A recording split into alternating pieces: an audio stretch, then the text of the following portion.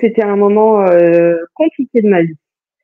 J'ai eu un moment assez dur à traverser, je ne dormais plus et ils sont venus en soutien à ce moment-là. Et ça m'a aidé en fait à traverser cette étape-là. Voilà, donc ça fait quelques années maintenant. Alors la toute première, en fait, c'était sur conseil d'une magnétiseuse à l'époque, c'était un quartz rose. Ensuite, la seconde, ça devait être une améthyste, mais celle vraiment qui me parle, c'est la labradorite. J'adore ses reflets. J'aurais dû en prendre une pour vous montrer. Elle a des reflets juste magnifiques. En fait, on plonge dedans.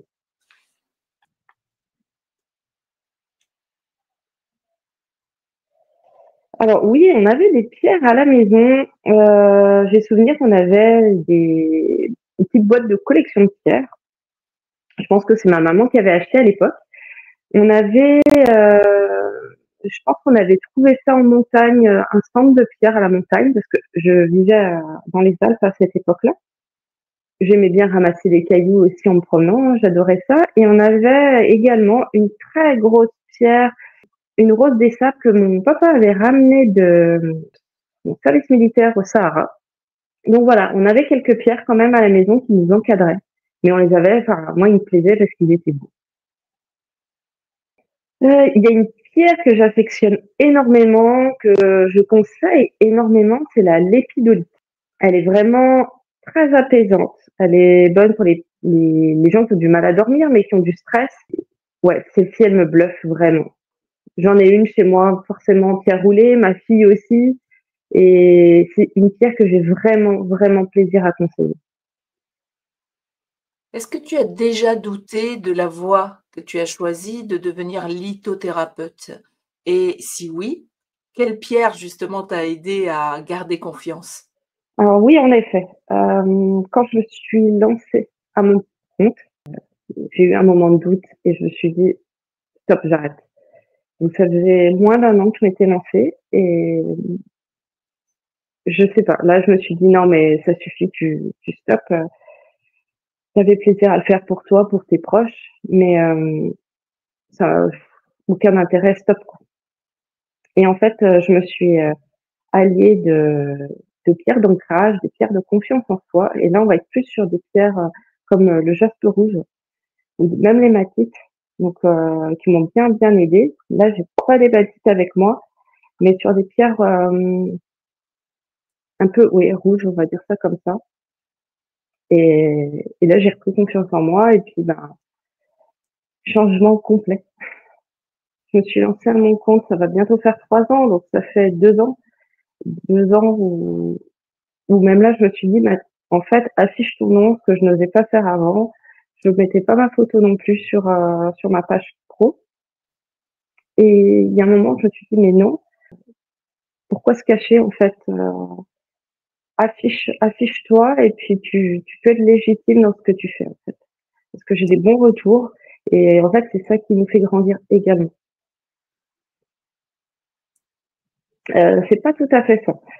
C'est ce que en général, j'ai très souvent une cliente qui me dit: «Je ne sais pas, je n'y connais rien» et donc là, je les rassure en leur disant que c'est mon travail justement de savoir de quelle pierre la personne a besoin et donc ensuite, j'explique qu'on est fait de couches, de différentes couches. On n'a pas que nous physiquement présents, on peut avoir la couche, ben, physique, la couche émotionnelle, la couche, très souvent donc là, il faut poser des questions.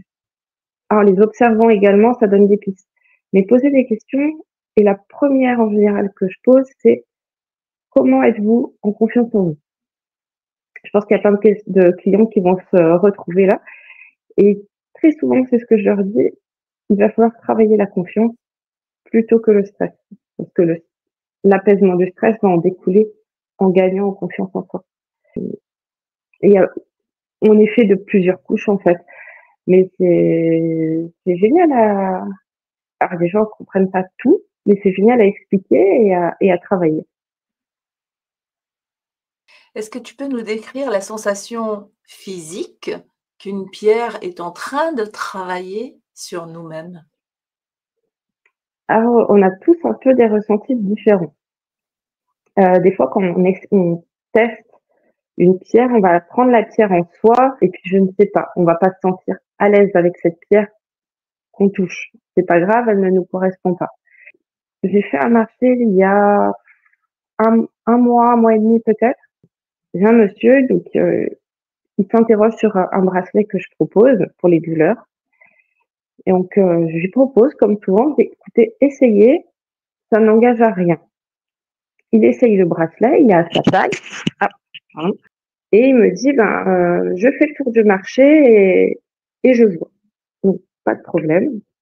Et au final, il revient un moment après, il me dit, je sais pas vous expliquer, j'ai senti quelque chose à mon poignet. Il a commencé, même sans porter le bracelet, il l'a porté quelques secondes en fait.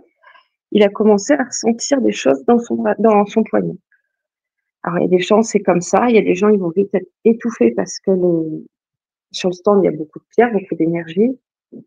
Et puis, il y a des gens où ils sentent l'apaisement. Donc, on ressent pas du tout la même chose.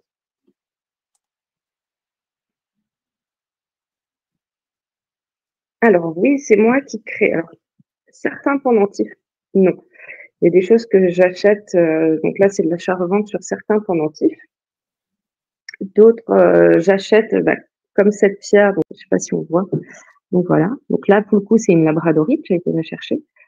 Là, il va falloir que j'installe une gueulière pour pouvoir porter en pendentif. Mais le gros de mon travail et le gros de mon conseil, c'est sur des bracelets. Là, j'en ai un, par exemple. Donc, les bracelets que je propose, c'est moi qui les confectionne tous. Sinon, là, je fais des recherches sur quelle pierre assembler pour vraiment travailler profondément sur quelque chose. Et effectivement, j'y apporte des attentions. Les moments où moi, je ne suis pas bien, où je me sens fatiguée, que je me sens malade, enfin, je suis pas en état, je ne fais pas. Même des fois, j'ai besoin de refaire un bracelet qui a cassé pour quelqu'un ou une commande personnelle. Je ne fais pas à ce moment-là. J'attends toujours de me sentir bien et d'être en phase, en fait, et de pas avoir de mauvaise énergie à ce moment-là. Et tu ne veux pas transmettre ça, donc tu attends d'être posée, sereine. C'est ça, exactement. Alors, je n'ai pas de pierre bretonne. Je sais que, alors, dans le Finistère, j'ai moins entendu. Par contre, dans les Côtes d'Armor, j'ai souvent des clients qui me disent que eux, ils trouvent des améthystes dans les champs. Et donc ça j'adore. J'adorerais partir avec eux, aller les chercher. Maintenant, non, je n'en utilise pas. J'ai un fournisseur qui est en Bretagne, mais il a quelques pierres bretonnes. Donc, on va trouver de l'améthyste en Bretagne. Il y a d'autres pierres qu'on peut trouver également. Et bien, c'est vrai que quand j'ai besoin de me ressourcer, j'aime beaucoup aller en forêt. J'aime bien le littoral. C'est vrai, j'aime beaucoup le littoral, mais je vais principalement y faire mes marchés. Parce que, en fait, ça me fait beaucoup de bien aussi, les marchés sur le littoral, c'est merveilleux. Mais par contre, c'est vrai que quand je ne travaille pas, j'aime aller en forêt. Donc, autant sur Huelgoat, c'est juste magnifique. On se ressource, c'est impressionnant. Et sinon, je m'entoure de plantes chez moi. Voilà. Alors, ça va être compliqué parce que quand je crée un bracelet, je prends le temps de me poser justement, de ressentir tout ce qui vient à moi et après de travailler et de voir qu'est-ce que je peux assembler.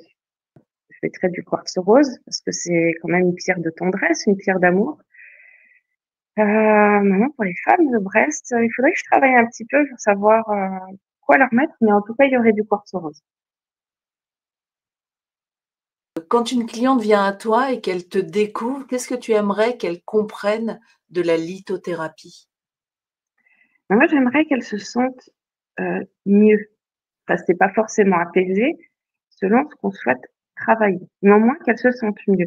Quand j'ai des clients qui me disent: «Oh, j'ai déjà acheté et ouais, je sais pas, est-ce que ça fonctionne?» Je sais pas.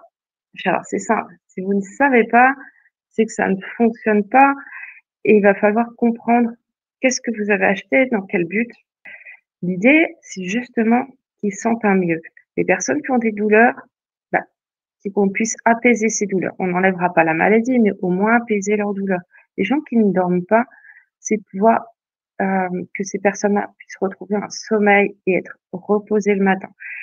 Les personnes voilà, qui manquent de confiance en eux, qui se sentent mieux et qui puissent sortir de chez eux avec le sourire. Et comme une fois, c'est une kiné qui m'a dit, on sort, on redresse les épaules et on est fier d'être breton. Voilà, c'est plein de petites choses, mais qu'ils puissent ressentir tout ça. Et est-ce que pour, que la pierre, ou le cristal ou la pierre précieuse fonctionne, il faut absolument la toucher ou elle peut juste être à côté de nous?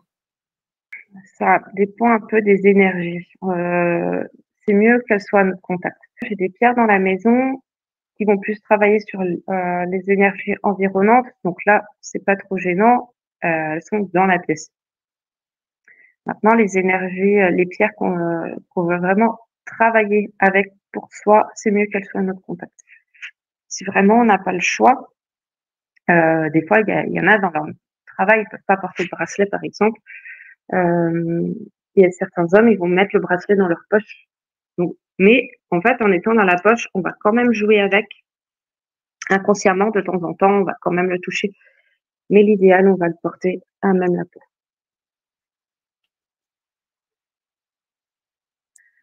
Bah, là, je regarde mes pierres personnelles, donc utilise-nous un peu plus, peut-être. Souvent, on dit le cordonnier est le plus mal chaussé, et j'avoue, c'est vrai. Souvent, quand je conseille des clientes ou des clients, mais là, pour le coup, on parle, enfin, on était sur la journée de la femme quand on s'est rencontrés, mais euh, des fois, j'ai des flashs et je me dis, mais tu conseilles la personne, mais t'en as besoin aussi, et pourtant, je suis équipée, j'ai tout à la maison. Donc, peut-être, oui, effectivement, mes pierres me diraient, hey, pense à nous, utilise-nous.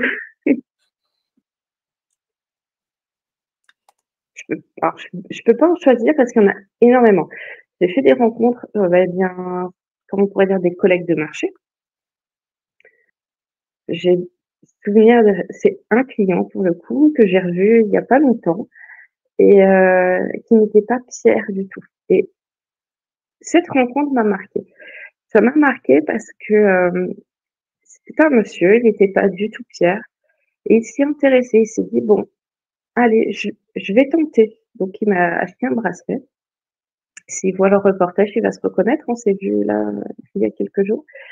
Et il a commencé avec un bracelet. Je pense que maintenant, il en a 4 ou 5 en 6 mois. Et il a vraiment, vraiment ressenti. Et je pense que c'est quelqu'un qui est très sensible aux pierres. Parce que du coup, quand il vient sur un marché, euh, il y a trop, il y a presque trop d'énergie pour lui. Mais par contre, ce qu'il a lui fait énormément de bien. Et ça fait plaisir parce qu'on grandit en fait avec ces histoires. Alors, bien les choisir. Là, actuellement, j'ai 3 fournisseurs. Les 3 sont en France. Donc, j'en ai un dans l'Est, j'en ai un dans le sud de la France et j'en ai un en Bretagne. Mais il faut tester. Tester, ça veut dire s'engager à faire un achat chez un potentiel nouveau fournisseur et voir ses pierres, voir ses qualités de pierre, voir la véracité de ses pierres, parce qu'il y a beaucoup de fausses pierres qui circulent. Et donc déjà, ça nous permet de faire un tri. Là, quand je fais ça, je commande les pierres qu'on a tendance à trouver fausses.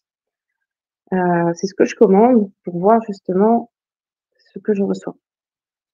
Donc là, je suis contente de mes fournisseurs, je ne changerai pour rien au monde.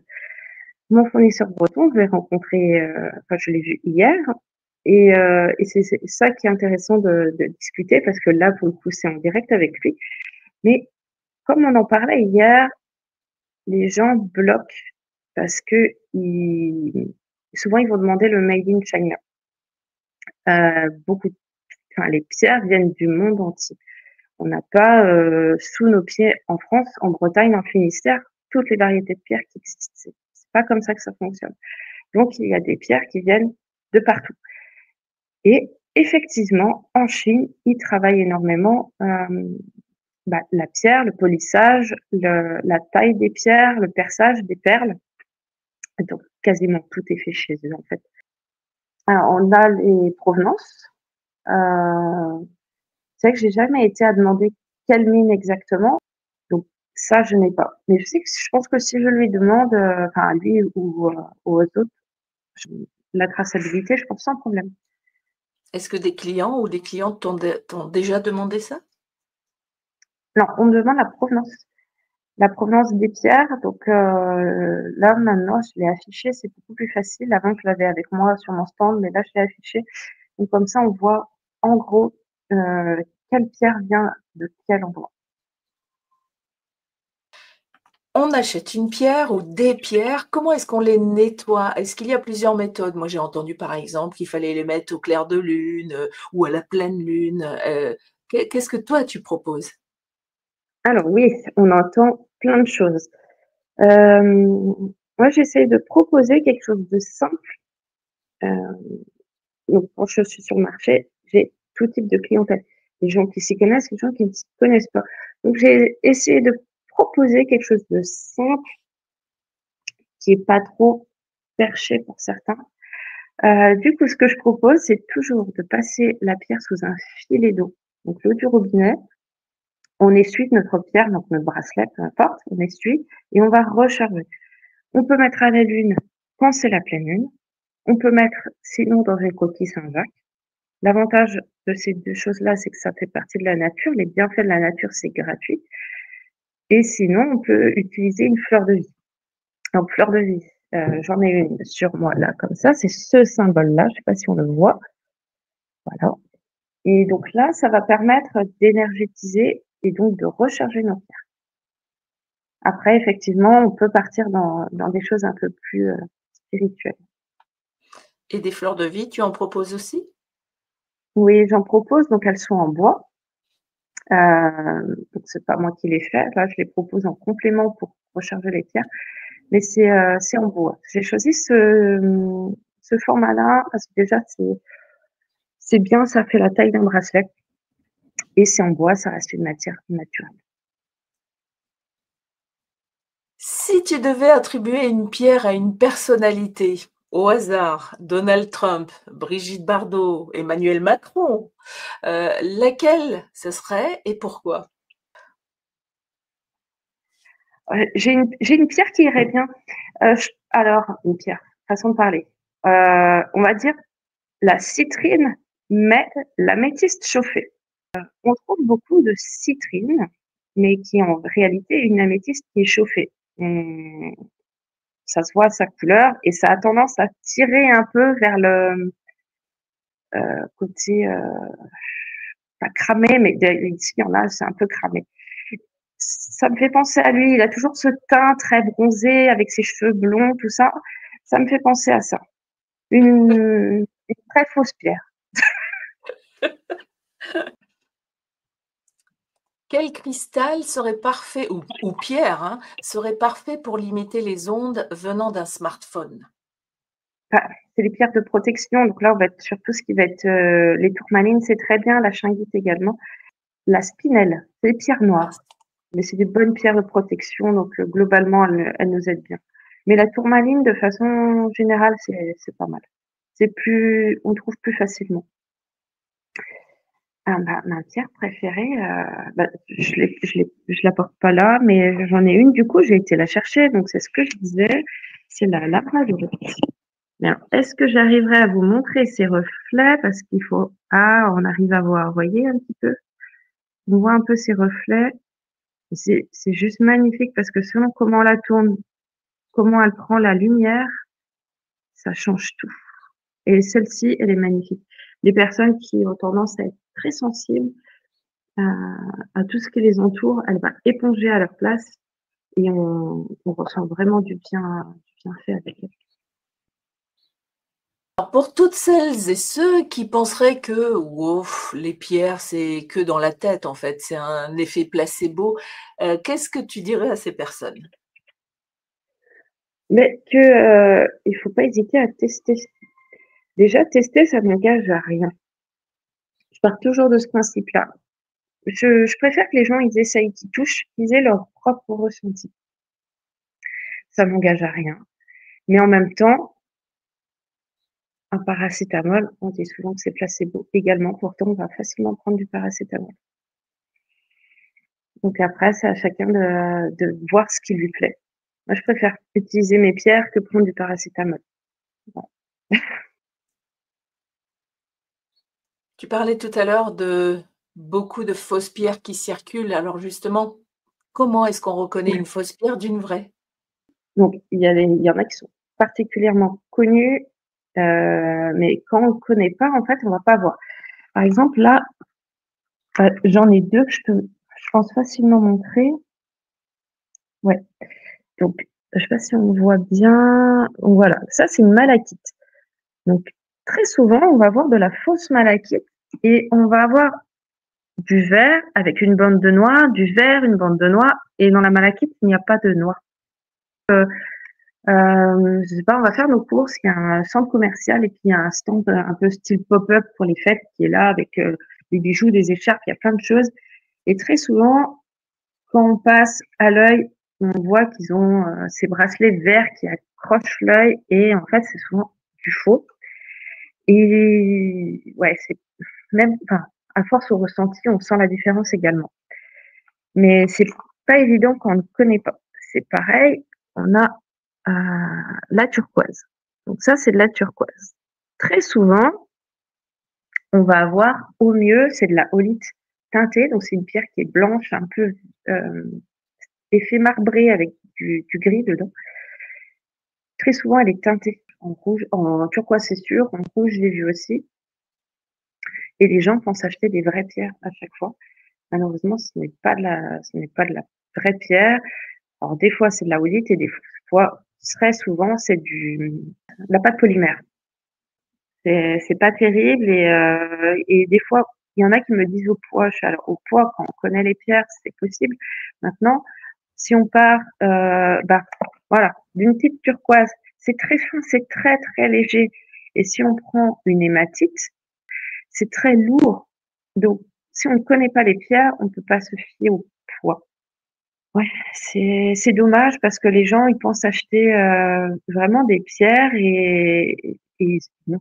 Donc, nous, quand on passe derrière et avec beaucoup de collègues qui vendent de la pierre, on a ce souci-là. En fait, on se rend compte que on voit trop de fausses choses qui circulent, d'autant plus sur des stands uniquement de bijoux, qui vont acheter des pierres parce que c'est joli et qui nous montrent leurs bracelets, qui font leur collier avec ces pierres qui, dans la tête des gens, sont des vraies pierres et en fait pas.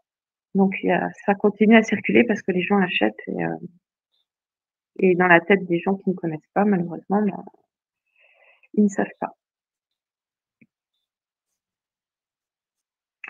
En fait, oui, les pierres, elles ont des vertus. Maintenant, il faut savoir de quoi elle est faite. C'est surtout ça qui est important. Savoir qu'est-ce que c'est comme pierre, la reconnaître et, et là, on peut travailler sur les vertus. J'en ai. J'ai des pierres que j'ai trouvées. Je les ai parce qu'elles sont jolies, que ça me rappelle mes vacances, en fait. Il y en a, on voit qu'elles ont des inclusions de pierres que je connais, mais on voit que ce sont juste des petites inclusions dedans. Et oui, oui, je pense qu'elles ont leur bienfait, bien entendu. Tu nous en as déjà donné, mais est-ce que tu aurais un témoignage comme ça qui te viendrait d'un client ou d'une cliente, un autre témoignage à nous partager? Là, c'est un petit garçon. Donc, les 2 fois, c'était des messieurs, mais là, c'est un petit garçon. Étonnamment, parce qu'on porte souvent, c'est rigolo, hein, que les hommes ne portent pas de bracelet. Donc, j'ai la famille qui vient me voir l'été dernier sur un stand sur le littoral. Et ils sont en vacances. Ils voient mon stand, ils s'interrogent. Le petit garçon a du mal, le sommeil n'est pas, c'est pas ça. Et donc, je lui conseille un bracelet que je propose exprès pour le sommeil. Et voilà. Donc, il essaie, il prend le bracelet à sa taille, tout va bien, il part. Semaine suivante, la famille revient. Et ben, le bracelet fait beaucoup de bien au jeune homme, et enfin au garçon. Et ben, ils vont pas tarder à rentrer chez eux, par peur que le bracelet casse ou qu'il y ait quelque chose, ben, ils m'en ont pris un deuxième. Parce que vraiment, ils sentaient que enfin ce garçon dormait et que ça lui fait du bien. Ouais, super J'ai chouette histoire souvent des, aussi. ouais, j'ai souvent des petits témoignages, mais là, ça m'avait marqué également parce que bah, ça fait du bien de savoir que bah, enfin ce petit garçon il dort. Quel mini rituel avec une pierre pourrais-tu nous offrir pour clore cette interview? Et bien, en fait, justement, c'est ce qu'on expliquait tout à l'heure, tout ce qui va être nettoyage et rechargement. Donc là, je vais le pousser un peu plus. Quand on recharge une pierre, donc moi, j'y mets des intentions quand je fais mes bracelets, et ben, on peut faire la même chose. Notre bracelet, avec nous, il va emmagasiner les énergies, les nôtres, et il va se fatiguer, il va se vider en énergie. On le fait donc une fois par semaine, on va nettoyer notre bracelet. Donc, ce que je disais tout à l'heure, on le passe sous un filet d'eau, on l'essuie, on le recharge. Pour y aller un peu plus loin et y apporter de belles choses, quand on va le passer sous l'eau, on va essayer de visualiser quand l'eau coule, les énergies qui partent avec. Et avec l'eau qui coule, voilà, on laisse évacuer, comme ça on, on y met nos impulsions en même temps dans notre bracelet, ça s'évacue. Ensuite, bien évidemment, on le sèche et on peut, par exemple, sur celui-ci, je sais pas si on voit bien ces couleurs. Hop, donc celui-ci est assez foncé. Celui-ci vient travailler sur tout ce qui est addiction. Donc par exemple, celui-ci, je vais le recharger et je vais simplement lui demander qu'il se charge et qu'il m'apporte de bonnes intentions pour travailler là-dessus. On va faire un en fait avec notre bracelet. On va tout visualiser et tout est énergie, même si ça ne se voit pas, ça ne se palpe pas, c'est présent. En général, ça permet de pas oublier parce que souvent, quand on fait une fois par mois, on oublie. On dit: «Bah, tiens, je vais faire tous les mois à la pleine lune. Mince, j'ai oublié, j'ai pas vu». Oublier, quoi.